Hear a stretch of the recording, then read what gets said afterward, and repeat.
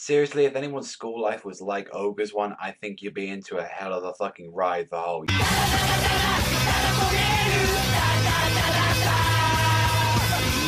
So today we are going to be reviewing the Beelzebub manga. If people didn't know, ages ago I used to review the manga, and the last chapter of the manga came out recently, and I didn't get a chance to talk of it, so I decided to do a full manga review. Seriously, fuck you, Shonen Jump, for getting rid of this. This is a credible series, so, you know, just go and fuck yourselves.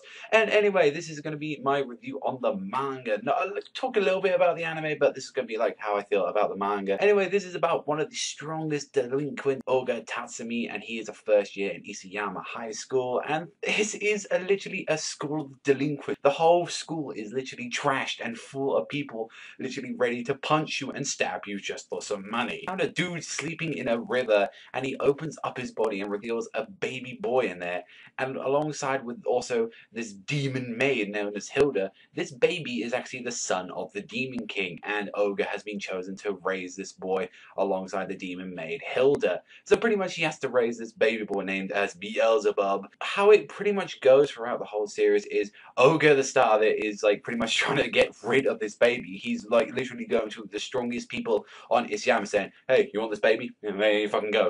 I don't fucking want it. Get out of my fucking face." And then it kind of turns a little bit more into, you know, these two developing and actually growing a father and son friendship, and developing a father and son like bond, which is actually very touching at times. This manga is 27 volumes long and lasted 243 chapters. What I really like about this series is that you get a mix of comedy,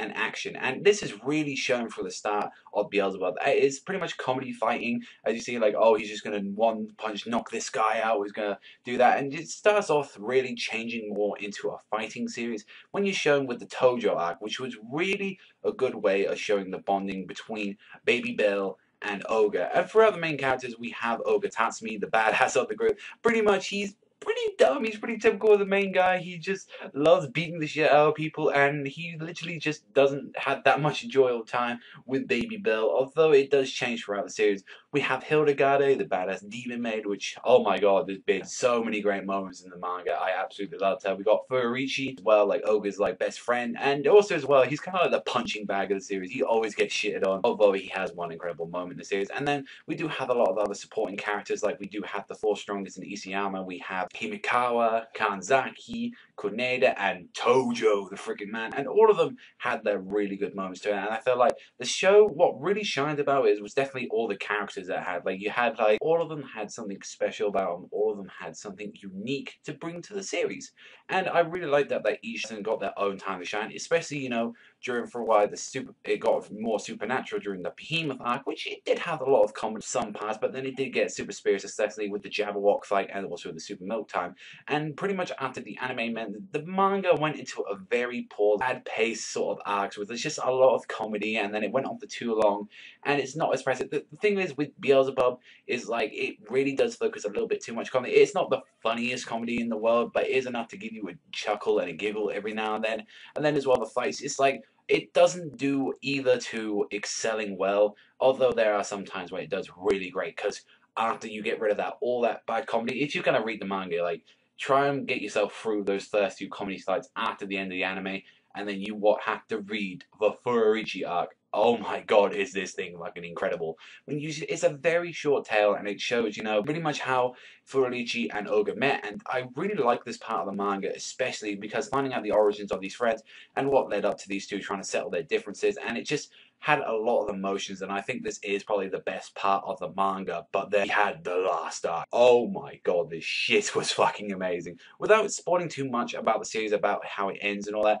it goes a lot more serious with its fights, and we have one of the contending of best fights last year in my personal books with Takamiya versus Oga. This shit was very intense, and everyone got their time to shine with the Spellmaster fight. Although thanks to Shonen Jump, the manga was rushed sort of the end to the last fight of the manga, which felt very lackluster throughout what we got for the rest of the series. And let me talk about the last chapter, because I actually felt like I wanted to talk about this a little bit as well in this video.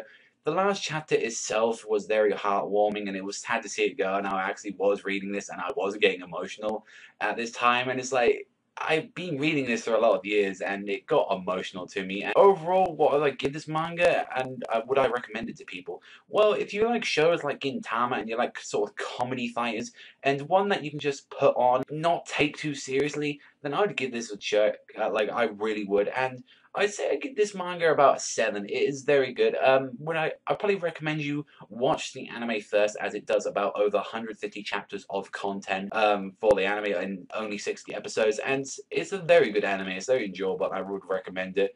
And it's just hard to get through the rough part of the manga once you finish the anime, but you do get rewarded with some good stuff, some good action, some good comedy, and just overall, this series is just an absolute laugh. But let me know what you think in the comment sections down below, and what I should be reviewing next, because my next review will be this.